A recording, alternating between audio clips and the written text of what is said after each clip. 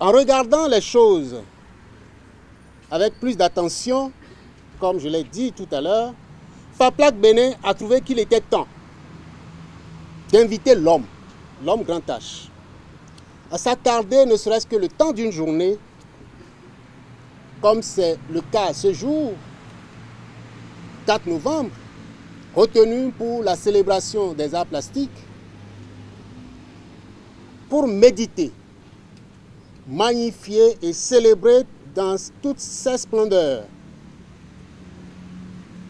les possibilités et avantages qu'offre la création plastique, tant pour le bien-être que pour l'épanouissement de l'homme au quotidien.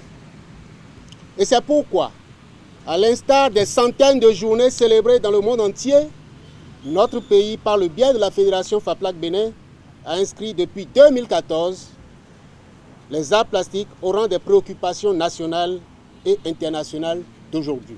Le thème retenu pour la 5e célébration, donc la 5e journée internationale des arts plastiques, c'est bien plasticien et univers inconnu. À travers ce thème,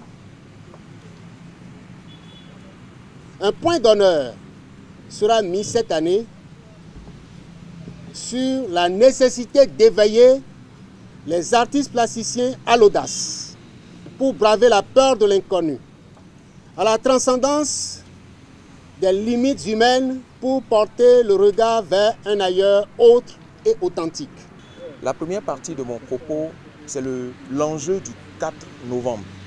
L'idée, partant du Bénin, c'était d'instaurer une date de commémoration de tout ce qui se fait en matière de création dans le secteur de l'art visuel.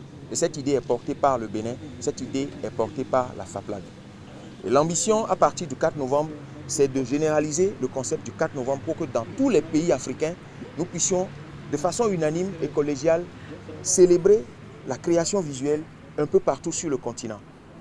En dehors de ce que vous voyez aujourd'hui, il y a derrière un projet très ambitieux, un enjeu de diplomatie et de présence de notre force diplomatique dans le champ de la culture. Il est important de clarifier cet aspect-là pour que ce ne soit pas juste un concours, une célébration, une cinquantaine de personnes qui se rassemblent un 4 novembre sur la place du souvenir. Ça va au-delà de ça. Félicitations donc aux artistes peintres, graphistes, dessinateurs et photographes inspirés par le thème plasticien et univers inconnu qui ont vraiment travaillé et soumis leur création à compétition. Troisième, Arototo Brice Maussi. Deuxième, Bewart José, le lauréat des lauréats. Le premier, il a pour nom Ahoy Métier, E.Verkis. Bravo lauréat de la GIAP 2018. Je vous remercie. Je suis tout ému, puisque dans la vague, il y a quand même de très bons artistes que je respecte qui ont participé. Je me suis vu vraiment étonné d'émerger du lot en tant que lauréat. Je suis vraiment content. Je suis vraiment ravie d'assister à ce genre d'événement parce que ça nous montre la richesse et la diversité de nos artistes béninois et aussi des artistes internationaux qui ont été invités. Ce genre de manifestation nous permet vraiment de mettre en valeur notre patrimoine. Ça, c'est un patrimoine culturel vivant qu'il faut promouvoir et présenter dès que l'occasion se présente.